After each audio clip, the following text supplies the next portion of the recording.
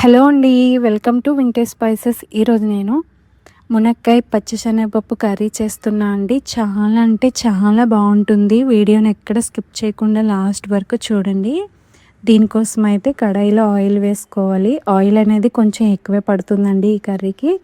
ఈ ఆయిల్ అనేది కొంచెం హీట్ ఎక్కిన తర్వాత ఇందులోనే కొంచెం ఆవాలు, హాఫ్ స్పూన్ వరకు జీలకర్ర, 2 ఎండుమిర్చి, కొంచెం కరివేపాకు వేసుకొని కొంచెం చిటపటలాడిన తర్వాత సన్నగా కట్ చేసి పెట్టుకున్న ఆనియన్స్ అనేవి వేసుకోవాలండి. నేనైతే 3 మీడియం సైజ్ ఆనియన్స్ తీసుకున్నా అండి. ఈ ఆనియన్స్ని మరీ ఎక్కువగా ఫ్రై చేయాల్సిన అవసరం లేదు. జస్ట్ సాఫ్ట్గా అయ్యేంత వరకు ఫ్రై చేసుకుంటే సరిపోతుంది.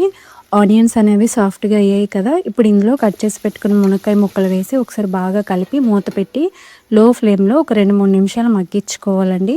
చూడండి, మునక్కాయ ముక్కలు అనేవి మంచిగా మగ్గిపోయాయి కదా. ఇందులోనే కట్ చేసి పెట్టుకున్న టమాటా ముక్కలు అనేవి వేసుకోవాలి.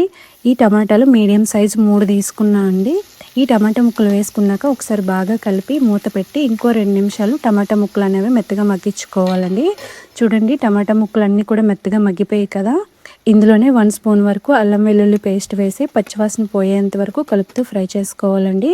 చూడండి, మంచిగా ఫ్రై చేసుకున్నాం కదా. ఇందులో గంటపాటు నానబెట్టుకున్న పచ్చిశనగపప్పు అనేది వేసుకొని ఒకసారి బాగా కలిపి ఇందులోనే టేస్ట్కి సరిపడా సాల్ట్, అలాగే కొంచెం పసుపు, అలాగే 2 స్పూన్ల వరకు కారప్పొడి వేసుకోవాలి. మీకు ఇంకా ఎక్కువ కారం కావాలి అనుకుంటే వేసేసుకోవచ్చండి, అది కంప్లీట్గా మీ ఇష్టం.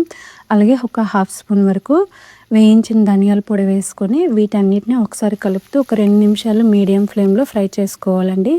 ఫ్రై చేసుకున్నాక కర్రీకి సరిపడా వాటర్ అనేది వేసుకొని ఒకసారి బాగా కలిపి మూత పెట్టి మీడియం ఫ్లేమ్లో మధ్య మధ్యలో కలుపుతూ ఆయిల్ పైకి తేలేంత వరకు ఉడికించుకోవాలండి. లాస్ట్లో కట్ చేసి పెట్టుకున్న 2 పచ్చిమిర్చి చీలికలు అలాగే కొంచెం కరివేపాకు వేసి ఒకసారి కలిపి దింపేయడమే అండి. అంతే అండి, చాలా ఈజీగా అయిపోతుంది, చాలా బాగుంటుందండి.